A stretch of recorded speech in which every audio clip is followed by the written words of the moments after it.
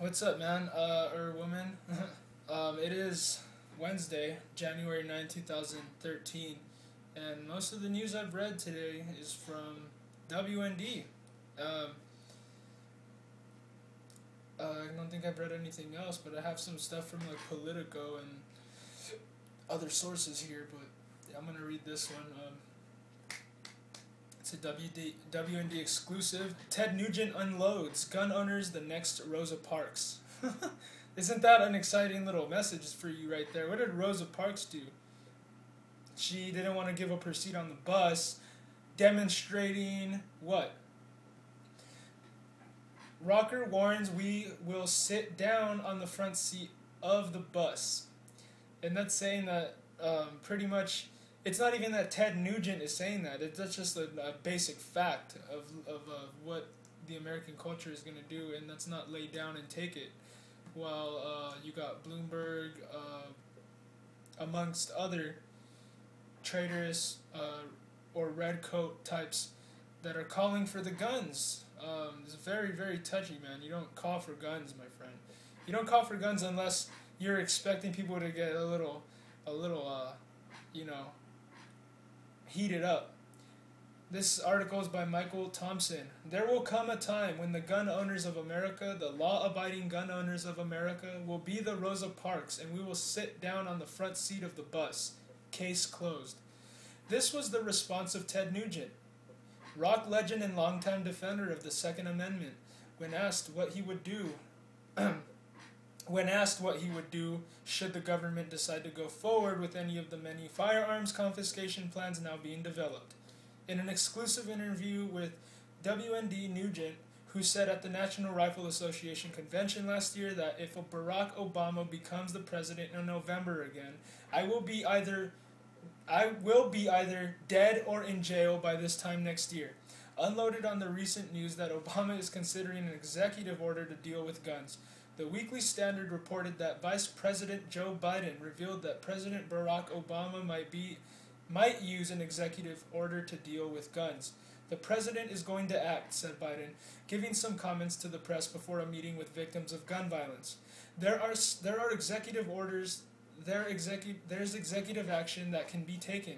We haven't decided what that is yet, but we're compiling it all with the help of the Attorney General and the rest of the cabinet members, as well as legislative action that we believe is required. Biden said that this is a moral issue and that it's critically important that we act.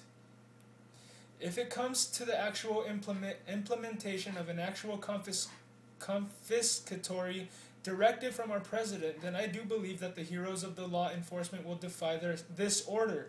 I do believe that there are enough soulless sheep within our government who would act on such an illegal order, but I believe the powers that be at the local, state, and regional level law enforcement should halt such an illegal anti-American order, said Nugent.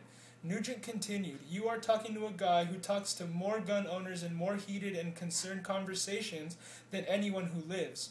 These are top-notch heroes of law enforcement and military who understand this experiment in self-government, and we will not let gun confiscation happen. We will do it peaceful. But there will come a time when the gun owners of America, the law-abiding gun owners of America, will be the Rosa Parks, and we will sit down on the front seat of the bus. Case closed. Nugent has been a longtime champion and outspoken defender of the Constitution and Second Amendment. He told WND the media narrative after the Sandy Hook tragedy in Newtown, Connecticut had been shameful. The shock and dismay and heartbreak, then just the specific gun issue, but there is a subculture, dare I say subhuman culture, infesting our government and society that would zone in on hardware and inanimate objects instead of people's conduct and the justice system's failure, he said.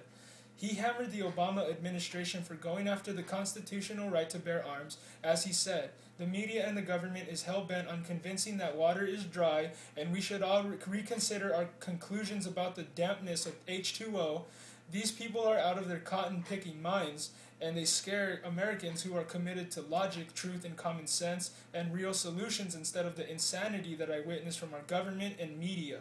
If you were attempting to write an offensive script to a new Planet of the Apes movie, I couldn't come up with a dumber and more unbelievable insanity than our government and our media is uh, perpetrating on the American public, Nugent said. Oh, I get what he said. Let me actually read that over again because I was stumbling over my words. If you were attempting to write an offensive script to a new Planet of the Apes movie, I couldn't come up with a dumber and more unbelievable insanity that our government and our media is perpetrating on the American public, Nugent said. More isn't in there. It's actually in it's in brackets. That's why it's actually, I couldn't come up with a dumber and unbelievable insanity than our government and our media perpetrating on the American people, Nugent said. I was actually posting a video earlier about the whole Piers Morgan acting as if Alex Jones hadn't just been on his show, totally exposing him. You see what I mean? It's like you either face the truth or you do what everyone else is doing, which is giving into their little puppet show of lying to you, being very gentlemanly like about, okay, let me actually translate what Piers Morgan was saying afterward.